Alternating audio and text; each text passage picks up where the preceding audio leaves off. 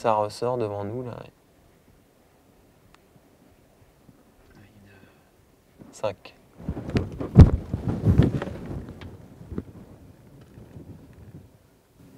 Et un dernier coq, ouais. Bon, c'est plutôt équilibré comme compagnie, hein. C'est pas ce qu'on observe toujours.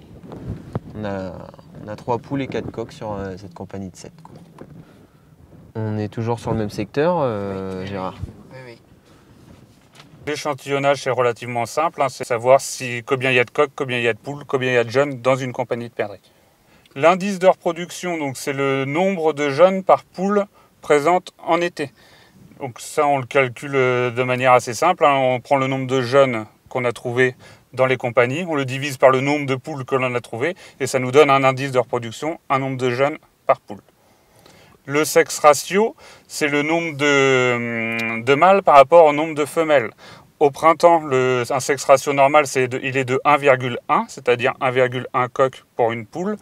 À cette époque-ci, il est plutôt de l'ordre de 1,3 coq pour une poule. Le sexe ratio change entre mars et août, en fait, parce que les poules sont quand même beaucoup plus sujettes à la prédation. Donc l'échantillonnage, en effet, c'est quelque chose d'assez technique, hein. Ça fait plusieurs années, il y a des chasseurs qui viennent avec nous depuis plus de 10 ans, qui aimeraient bien apprendre et ils se rendent compte, en fait, c'est quand même assez difficile. À savoir, reconnaître un jeune d'un adulte, en général, c'est assez simple. Par contre, faire la différence entre un coq et une poule, c'est quand même assez compliqué. Donc nous, on a été formés pendant de longues heures à ça, de manière à pouvoir être très opérationnel sur le terrain. Là, on arrive à la ferme Alexandre, dans le Brachis. Oh, là, il est dedans, là. Ouais. C'est chez lui, ça. Oui. L'autre coup, on avait été derrière, on avait fait tout le bord. Il n'y a rien en bordure en bas, là.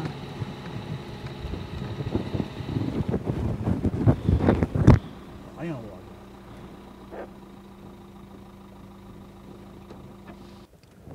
Donc la tendance départementale cette année va tourner aux alentours de 3 jeunes par poule. Donc ça, c'est un indice qui est obligatoire pour estimer un peu les niveaux de prélèvement en commission locale. Donc couplé à nos densités de printemps, on va pouvoir estimer notre population avant chasse. Et donc cet indice, hein, qui est plutôt moyen, va nous donner notre proportion de prélèvement en perdrix pour la saison cynégétique à venir. Bah, on était tous confiants jusqu'à mi-juin, quoi. Et après, c'est vrai que les orages, les intempéries localisées quand même par secteur, ça n'a pas fait de bien pendant le pic d'éclosion, là, fin juin. Hein. On n'a pas de sortie. Hein. Je sais pas si l'on des groupes. Là, c'est fauché, non? Là, c'est bon, là.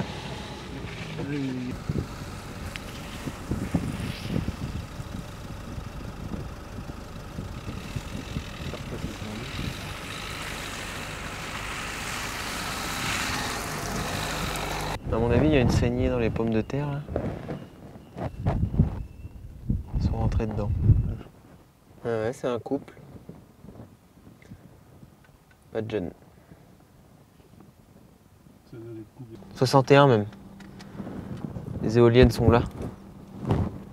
Ouais. Il y a un chevalier qui a chanté. Là. Ouais, 61, ouais. Ça, c'est le début de la traque de printemps. Bon, bah au revoir, on va continuer l'échantillonnage.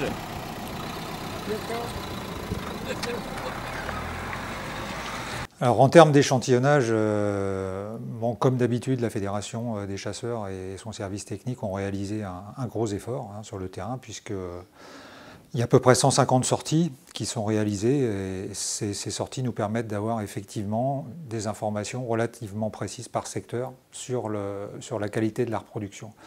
Sur l'ensemble de ces 50 sorties, il a été à peu près observé 1500 groupes d'oiseaux différents, donc c'est un effort d'observation qui est considérable et qui nous donne les moyens de bien apprécier la situation sur le terrain et de donner des informations fiables aux commissions sur le niveau des prélèvements possibles.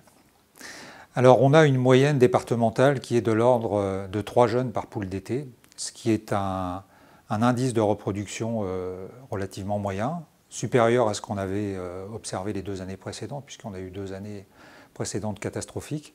Un résultat qui doit permettre localement quelques prélèvements raisonnables.